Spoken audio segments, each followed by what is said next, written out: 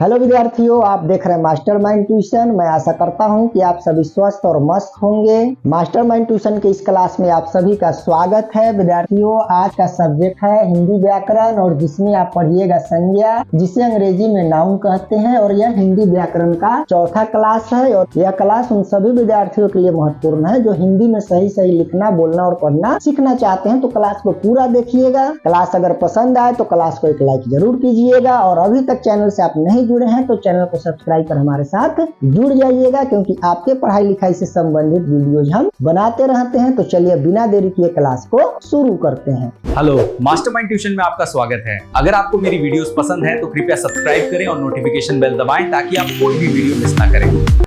Mastermind tuition के class में आप सभी का स्वागत है। विद्यार्थियों, जैसा कि मैंने आपको बताया कि आज का जो सब्जेक्ट है हिंदी व्याकरण है और हिंदी व्याकरण में आज का जो टॉपिक है वह है संज्ञा, जिसे अंग्रेजी में नाउन कहते हैं। और यह हिंदी व्याकरण का चौथा क्लास है। इसके पहले के क्लास में मैंने आपको बता दिया है कि हिंदी व्याकरण किसे कहते हैं, भाषा किसे कहते हैं, हिंदी व्याकरण को कितने भागों में बांटते हैं, वर्ण विचार क्या है, शब्द विचार क्या है। और अभी हम लोग पढ़ रहे हैं शब्द विचार के प्रकारों को, जिसमें हमें संज्ञा, सर्वनाम, वचन, लिंग यह सब पढ़ना है, जो हम लोग आगे क्लासों में पढ़ेंगे। आज हम लोग पढ़ेंगे संज्ञा को, जो काफी महत्वपूर्ण क्लास है। क्लास को पूरा जरूर देखिएगा, तब जाकर आपको समझ में आएगा। तो चलिए जानते हैं संज्ञा को। सबसे पहला सवाल यही आपके मन में आता होगा कि संज्ञा किसे कहते हैं, यानी संज्ञा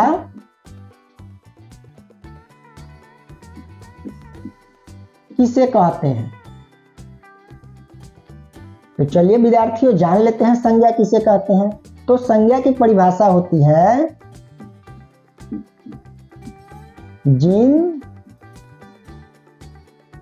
शब्दों से किसी व्यक्ति, वस्तु, स्थान या भाव का बोध प्रकट होता है, उसे संज्ञा कहते हैं। जैसे राम, दिल्ली, रोना इत्यादि।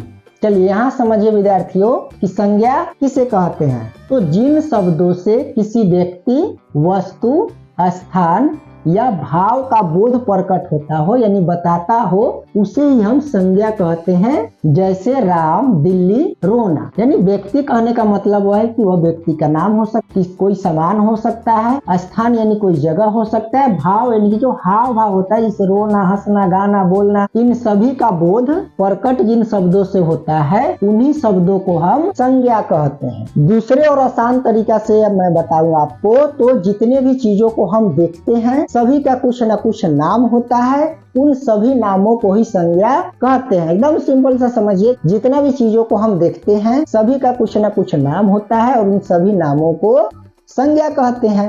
परिभाषा अगर कोई आपसे पूछे कि बताओ संज्ञा किसे कहते हैं, तो उन्हें बताइएगा आप कि जिन शब्दों से किसी व्यक्ति, वस्तु, स्थान या भाव का बोध प्रकट हो उसे संज्ञा कहते हैं। जैसे राम, दिल्ली, रोना, हंसना, गाना। ठीक है।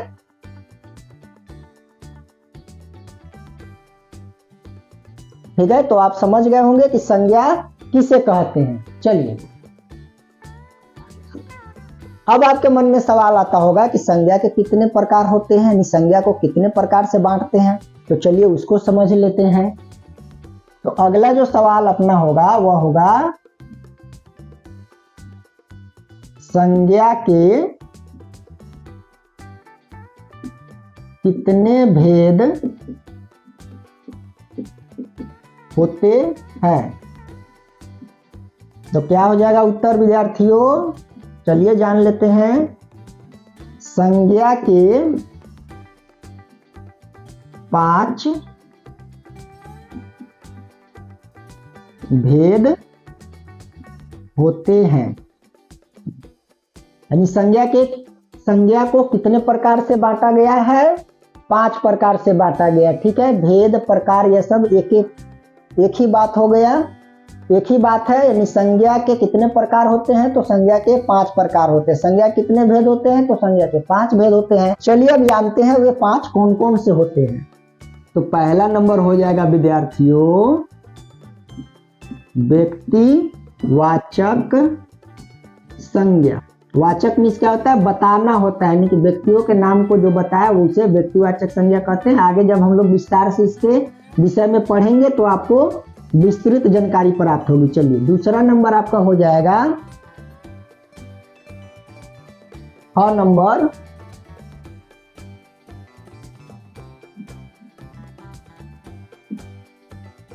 जातिवाचक संज्ञा। नंबर हो जाएगा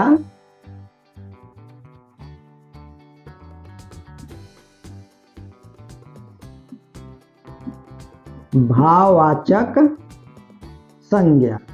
चौथा नंबर आपका हो जाएगा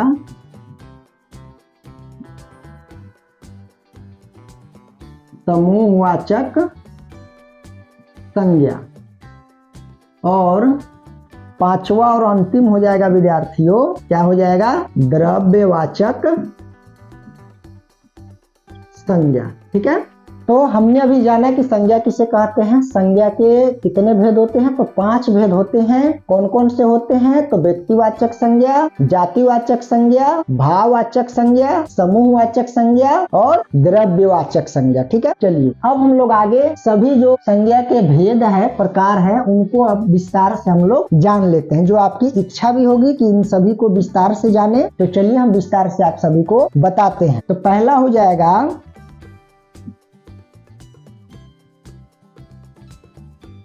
व्यक्तिवाचक संज्ञा किसे कहते हैं?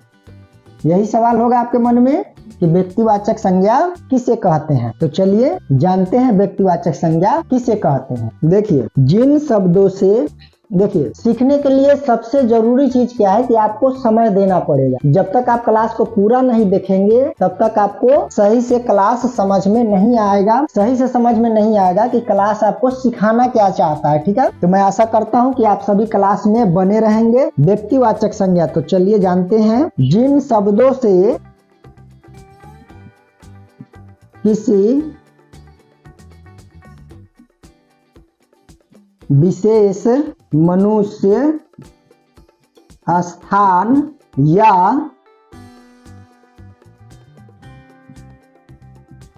वस्तु के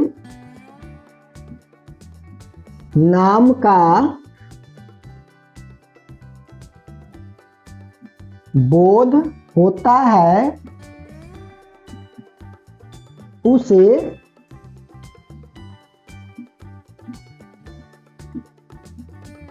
व्यक्तिवाचक संज्ञा कहते हैं। जैसे कृष्णा आगरा टेबल इत्यादि।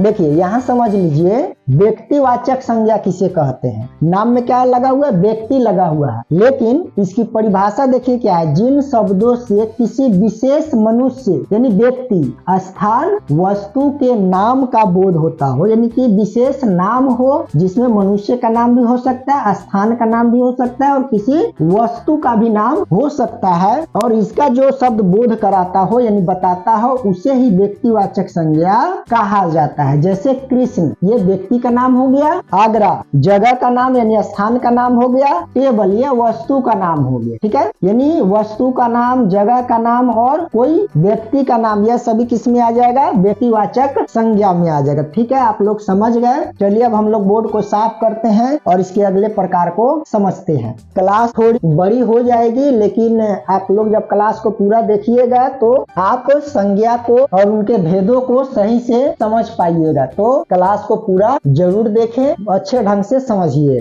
चलिए व्यक्तिवाचक संज्ञा को हमने अभी समझ लिया। अगला जो प्रकार है यानी कि जो ख नंबर आपका हो जाएगा वह क्या था,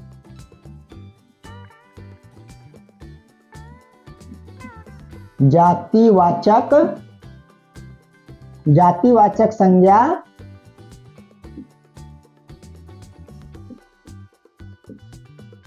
किसे कहते हैं। तो चलिए इसको भी जान लेते हैं कि जातिवाचक संज्ञा किसे कहते हैं। व्यक्तिवाचक संज्ञा में हमने क्या जाना कि जिसे किसी खास व्यक्ति का, वस्तु का या स्थान का नाम का पता चले वह व्यक्तिवाचक संज्ञा हो जाएगा। ठीक है, चलिए जानते हैं जातिवाचक संज्ञा किसे कहते हैं। तो विद्यार्थियों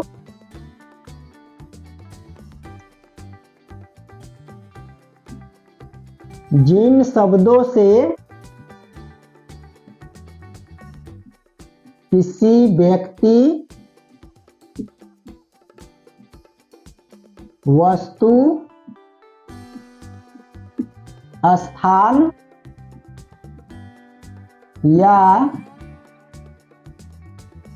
वस्तु के पूरी जाति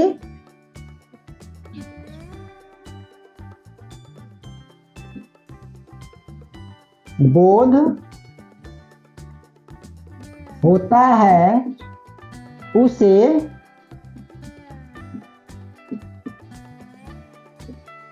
जातिवाचक संज्ञा कहते हैं। जैसे गाय, गुलाब,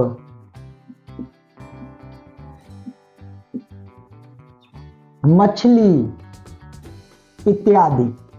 देखिए जातिवाचक संज्ञा को समझिए कि जातिवाचक संज्ञा किसे कहते हैं। तो जिन शब्दों से किसी व्यक्ति, वस्तु, स्थान या वस्तु के पूरी जाति का बोध होता है उन सभी शब्दों को क्या कहेंगे, जातिवाचक संज्ञा कहेंगे। जैसे गाय, गाय जैसे ही हम बोल रहे हैं तो उससे पूरे गाय जाति का बोध हो रहा है। गुलाब, गुलाब कहने का मतलब सभी गुलाबों का बात यहाँ हो रहा है। मछली, मछली के पूरे जाति का बात हो रहा है। तो वैसे शब्द जिससे वस्तु के पूरी जाति का बोध होता हो उसे ही क्या कहेंगे, जातिवाचक संज्ञा कहेंगे। व्यक्तिवाचक संज्ञा में क्या होगा, कोई खास नाम रहेगा उसे व्यक्तिवाचक संज्ञा कहेंगे। जिन शब्दों से पूरे जाति का बोध हो रहा है, जैसे लड़का, पूरे लड़का जाति का बोध हो रहा है, लड़की पूरे लड़की जाति का बोध हो रहा है, मछली पूरे मछली जाति का बोध हो रहा है, तो यह संज्ञा तो है लेकिन कौन सी संज्ञा है, जातिवाचक संज्ञा है। ठीक है, चलिए संज्ञा के अगला प्रकार को समझते हैं। तो ग नंबर में क्या था, ग नंबर में था भाववाचक संज्ञा।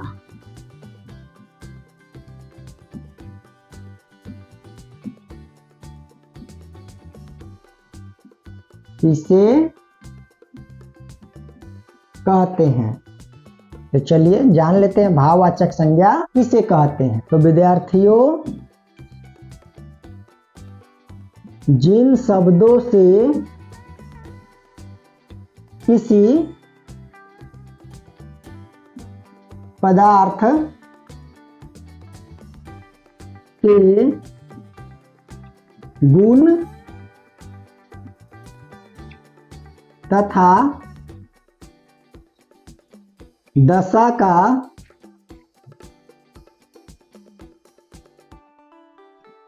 बोध होता है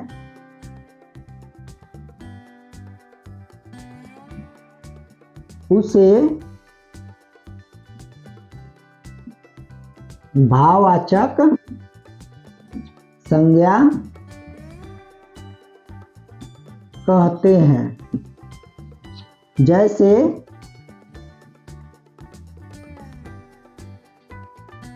सच्चाई,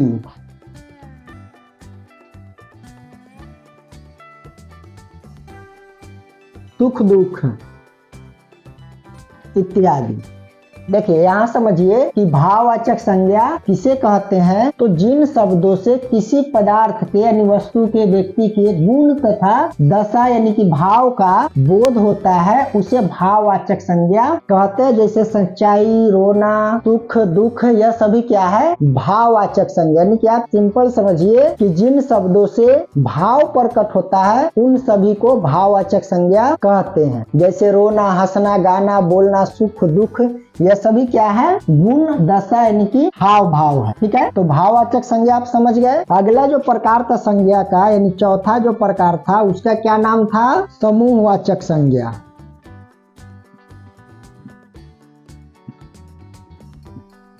समूहवाचक संज्ञा किसे कहते हैं। क्लास लग रहा है कि पूरा आधे घंटा का हो जाएगा, कोई बात नहीं, क्लास को आप पूरा देखिएगा। अभी इसका एक प्रकार और बाकी है, अभी तो इसको समझेंगे, उसके बाद एक प्रकार और बाकी है द्रव्यवाचक संज्ञा। तो पूरे संज्ञा को आज आप लोग समझ कर जाइएगा। तो क्लास में आप सभी बने रहिए, क्लास को अधूरा नहीं छोड़िएगा। चलिए देखिए, समूहवाचक संज्ञा किसे कहते हैं। जिन शब्दों से समूह या झुंड का बोध प्रकट होता है उसे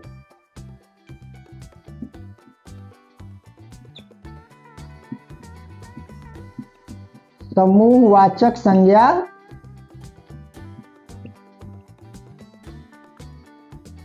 कहते हैं। जैसे सभा हो जाएगा, उसके बाद हो जाएगा सेना,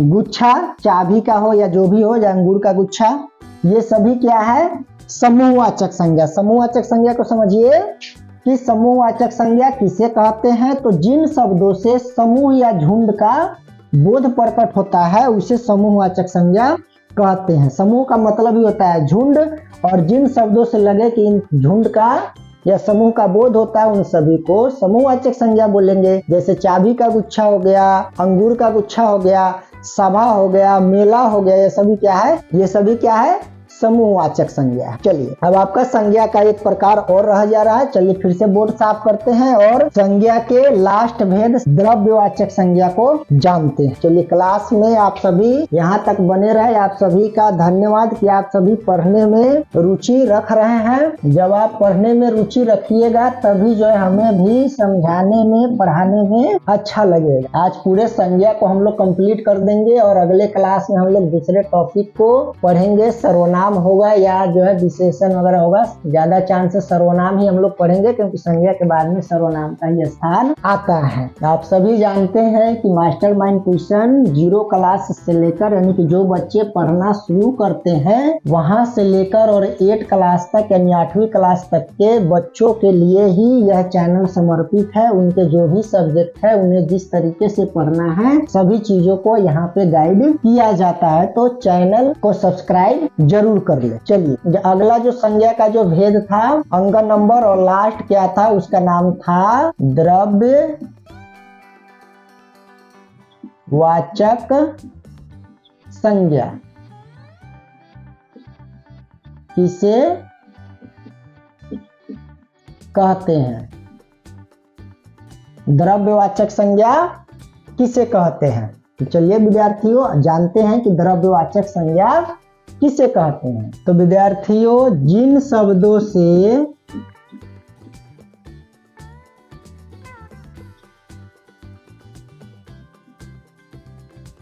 किसी द्रव्य पदार्थ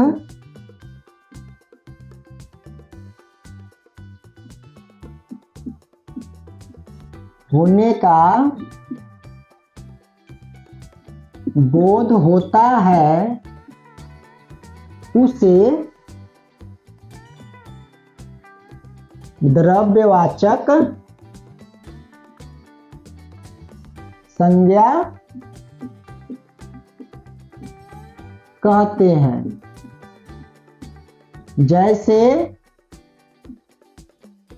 घी, तेल, सोना इत्यादि।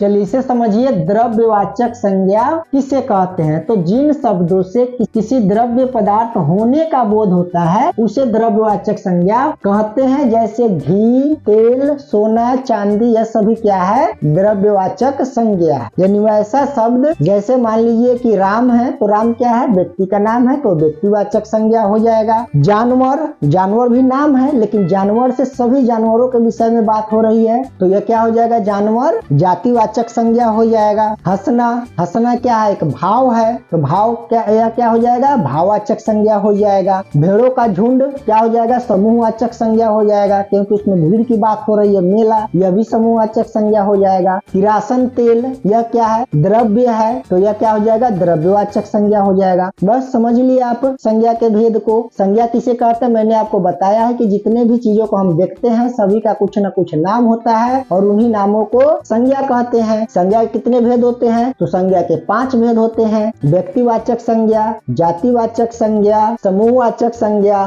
भाववाचक संज्ञा और द्रव्यवाचक संज्ञा। तो मैं आशा करूंगा कि आप लोग संज्ञा को आज पूरे क्लास में पूरे तरीके से समझ गए होंगे। क्लास भी काफी बड़ा हो गया है, कोई बात नहीं है। आप घंटे भी आधे घंटा के पढ़ते हैं तो क्लास को पूरा देखिएगा, अधूरा छोड़िएगा तो आपको समझ में नहीं आएगा और आप हिंदी व्याकरण को सही ढंग से आगे चलकर नहीं समझ पाएंगे। तो आज के क्लास में बस इतना ही रहने देते हैं। अगले क्लास में हम लोग सर्वनाम शीर्षक को यानी टॉपिक को पढ़ेंगे। चलिए मिलते हैं आपसे अगले क्लास में, तब तक आप अपना ख्याल रखें, मन लगा कर पढ़े। जय हिंद।